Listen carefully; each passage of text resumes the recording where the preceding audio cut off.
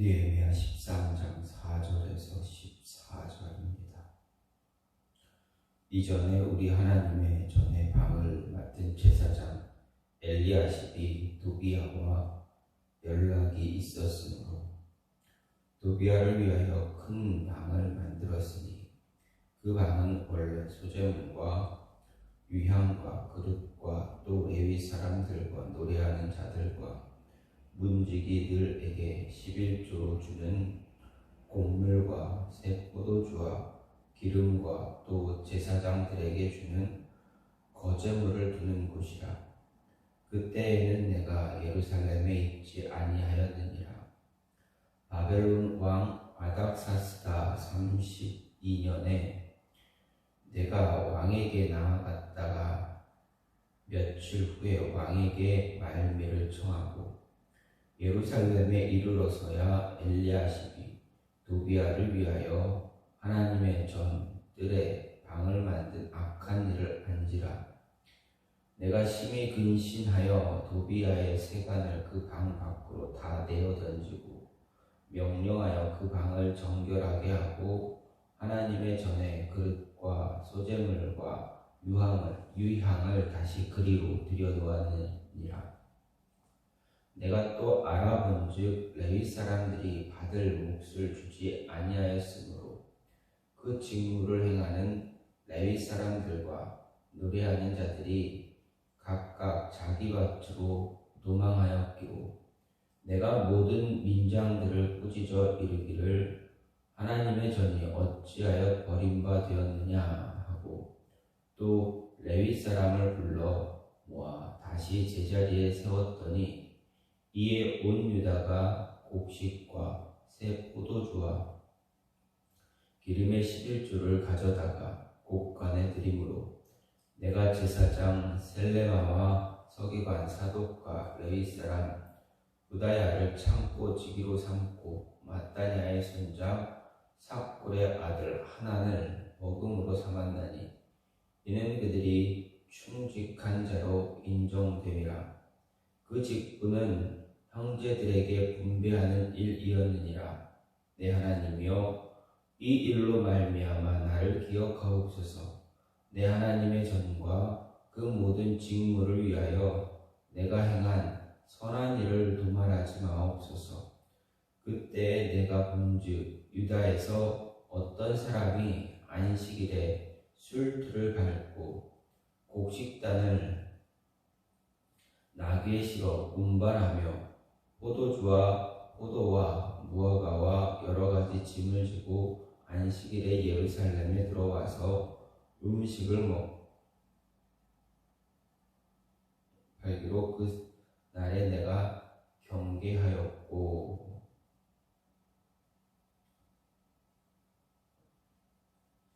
오늘 말씀 느헤미야 13장 4절에서 14절 말씀까지입니다.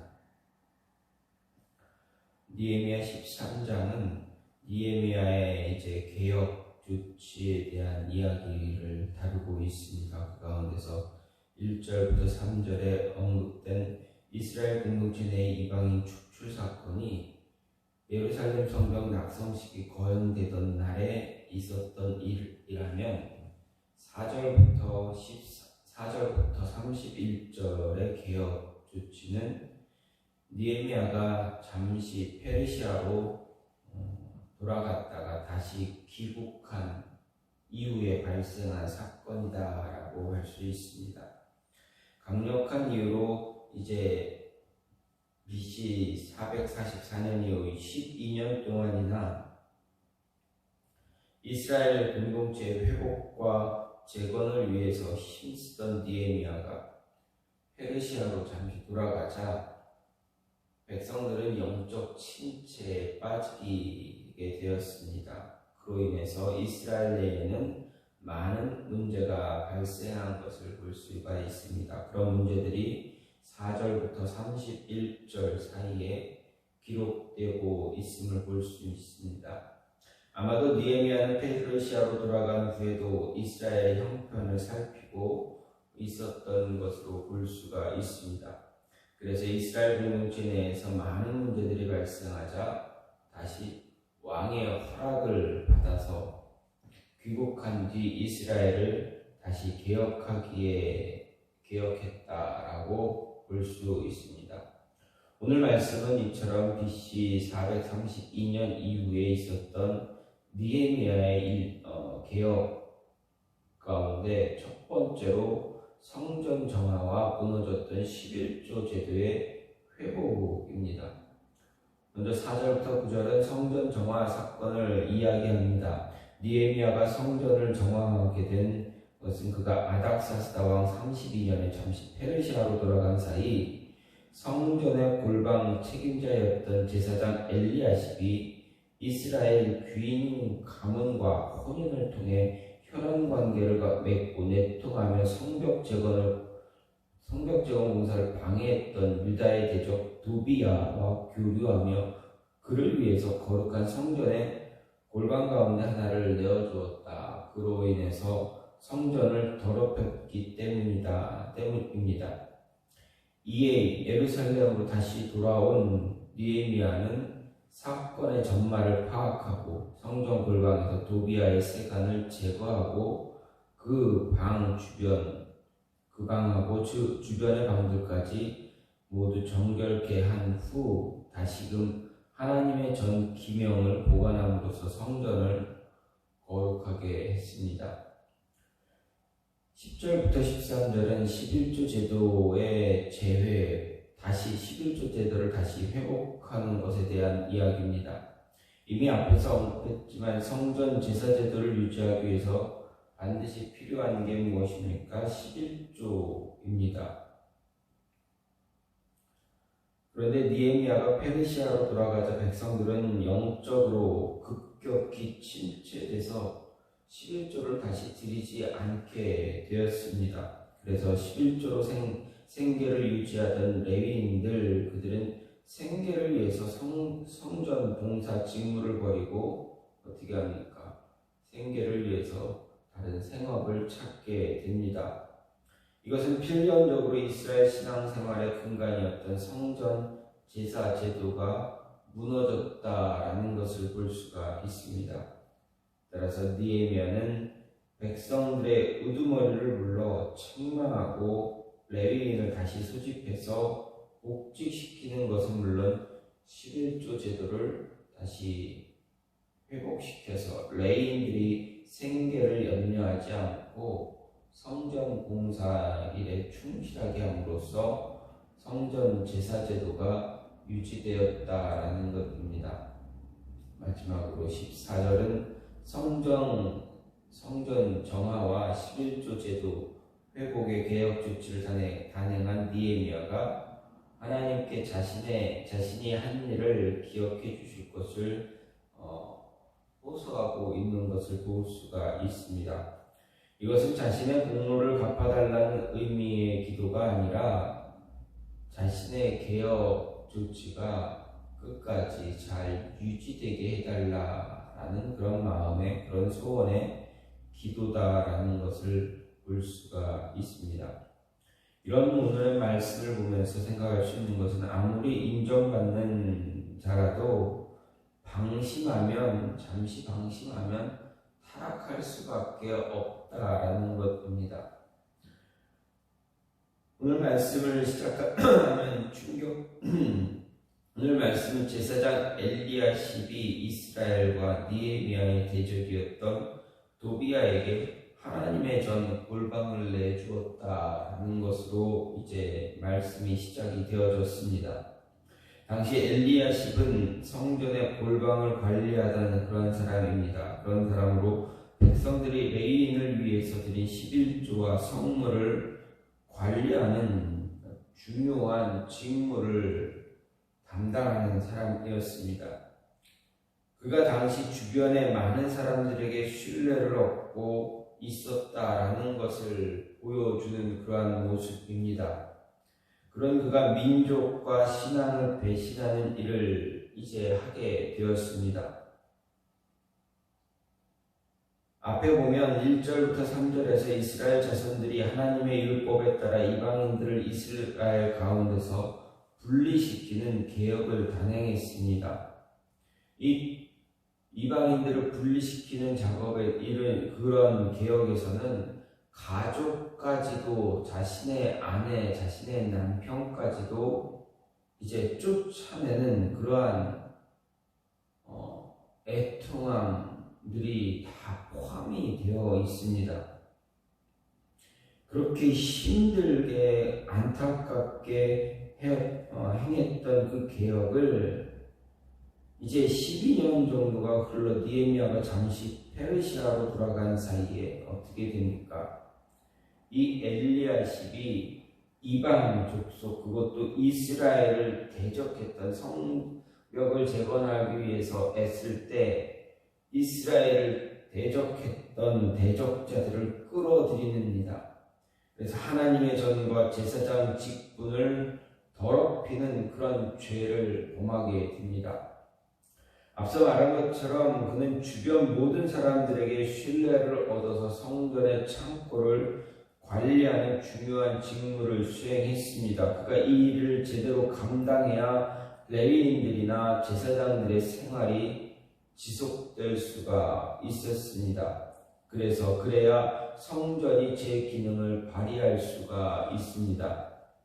또 성전이 제 기능을 발휘해야만 이스라엘 공동체가 자신들의 정체성을 잊어버리지 않고 바르게 유지할 수가 있었습니다. 그런데 그렇게 중요한 직무를 맡은 사람이 타락해서 성전을 이방인에게, 그것도 이스라엘의 대적에게 내어준 것을 볼 수가 있습니다. 이 일로 인해서 레위인들에게 돌아갈 11조가 제대로 운영되지 않았다라는 것을 알게 됩니다. 레위인들은 자기들에게 돌아올 11조가 제대로 돌아오지 않게 되자 어떻게 됩니까? 성전을 떠나게 됩니다. 다른 일을 통해서 생계를 유지할 수밖에 없었고, 그로 인해서 성전 제사는 바르게 지켜지지 못했다라는 것입니다. 결국 이로 인해서 포로 귀하는 공동체가 하나님과 멀어지게 되고 또다시 타락하게 되었다라는 것을 알게 됩니다. 그들은 11조 제도를 준수하지 않았고 안식일을 범하기를 예사로 했고 다시 이방 여인들을 아내로 취하기 시작합니다. 이게 모두가 누구에 의해서 시작이 됩니까? 엘리야십 한 사람으로 인해서, 한 사람의 타락으로 인해서 온 백성, 온 민족이 타락하고 있다는 것입니다. 한 사람의 죄로 인해서 이스라엘 민족 전체가 또다시 과거 하나님과 멀어졌던 그 모습으로 돌아가고 있다. 한 사람의 죄로 인해서 온 인류가 죄로 둘러싸였습니다.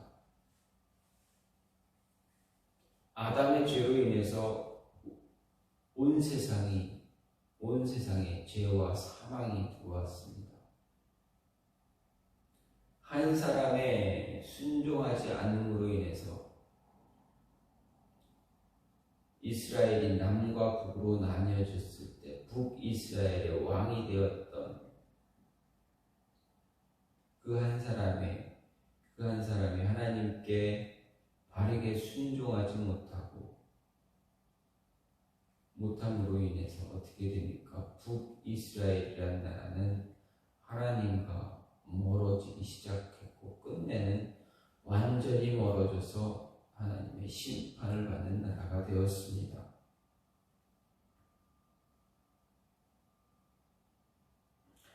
한 사람 때문에 어떻게 됩니까?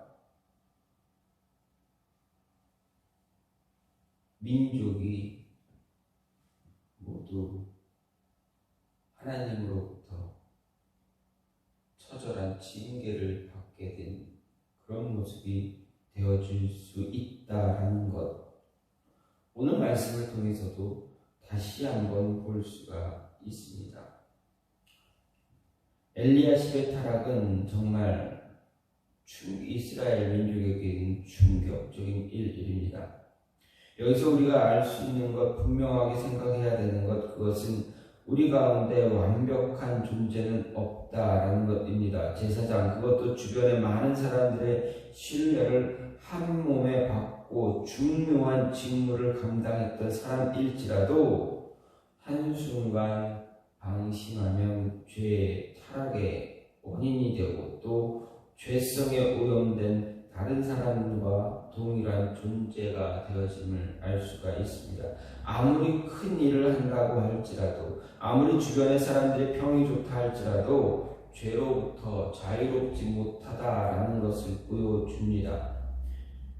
중요한 직무를 감당할지라도 죄에 오염된 사람들과 별반 차이가 없는 그러한 존재임을 잊지 말아야 한다. 그래서 방심하지 말아야 한다라는 것입니다. 한순간 방심하면 타락해서 죄를 범하게 됩니다. 바울이 왜 선줄로 생각하는 자는 넘어질까 조심하라 경고하고 있습니까? 분명합니다. 인간의 실상을 잘 알기 때문에 그렇습니다. 누구나 타락할 가능성이 있다라는 것을 바울은 알았기에 그런 경고를 한 것입니다. 우리는 성경에서 한순간의 방심으로 범죄에 빠진 위대한 신앙의 인물들을 알고 있습니다. 바로 다윗도 이에 포함이 됩니다. 다윗은 누구나 인정하는 위대한 신앙의 인물입니다. 하나님께서도 그의 신앙을 인정했습니다. 그러나 그러한 다윗일지라도 방심함으로 인해서 간음과 살인이라는 무서운 죄를 범하게 되었습니다. 이것이 바로 우리의 본 모습입니다. 우리는 언제나 죄를 범할 가능성을 안고 살아가게 됩니다. 아무리 거룩한 직분을 가지고 있더라도, 과거에 아무리 훌륭한 신앙의 행적을 가졌더라도, 다른 사람의 신뢰를 한 몸에 받고 있을지라도 순간 영적으로 방심하게 되면, 영적인 경계를 소홀히 하게 되면 타락할 수밖에 없다라는 것입니다.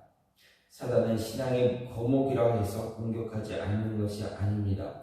오히려 위대한 신앙을 지닌 자일수록 더욱 집요하게 공격한다라는 것 잊지 말아야 합니다. 그것은 그를 쓰러뜨리면 그만큼 큰 효과가 나타나기 때문에 그렇습니다. 제사장 엘리야십을 타락하게 함으로 인해서 성전을 부정하게 하고 그 결과 이스라엘 공동체 전체가 하나님과 멀어지게 되고 또 타락의 구렁텅이로 빠져들게 한 것처럼 한 명의 위대한 신앙의 사람을 쓰러뜨리면 어떻게 됩니까? 그 영향 아래에 있는 사람들 모두 실족시킬 수가 있습니다.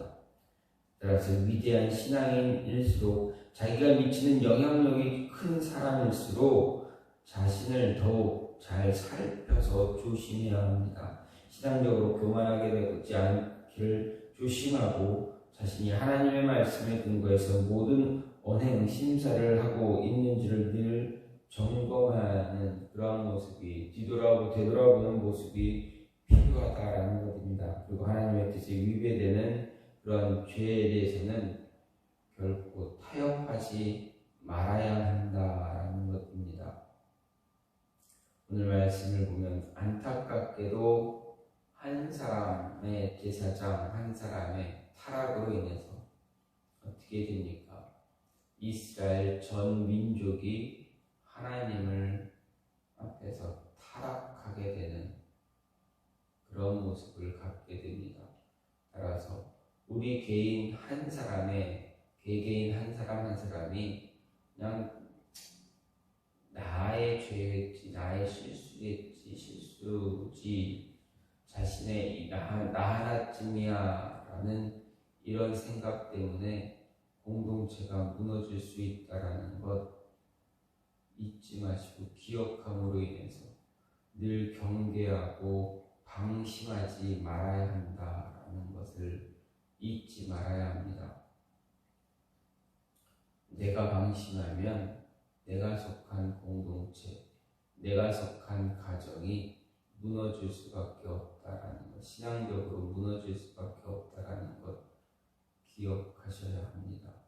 따라서 기억하고 방심하지 않는 그런 모습이 있기를 간절히 소망합니다. 이 시간 같이 기도하기 원하는 것은 하나님 신앙 가운데 믿음 가운데 완벽하지